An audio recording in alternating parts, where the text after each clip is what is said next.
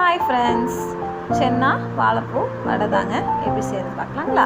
துவரம்பருப்பு ஒரு கிளாஸ் எடுத்து 2 மணி நேரம் ஊற வச்சுருக்கேன். சென்னாவை அரை கிளாஸ் சென்னா போதுங்க. அதையும் ஒரு 4 மணி நேரம் ஊற வச்சுக்கலாம். ஒரு மிக்ஸி ஜாரில் ஊற வச்சுருந்த சென்னா, துவரம்பருப்பு, அரிஞ்சு வச்சுருந்த வாழைப்பூ, அப்புறம் பூண்டு 4 பல், இஞ்சி ஒரு துண்டு, அதையும் போட்டுக்கணுங்க. தேவைக்கேற்ப வரமிளகா, ஒரு ஸ்பூன் சோம்பு, தேவையான அளவு உப்பு போட்டு அரைச்சி எடுத்துக்கலாம்.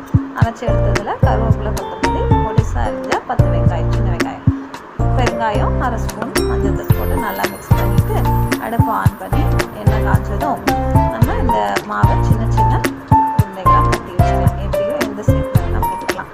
நல்லா இருக்குங்க.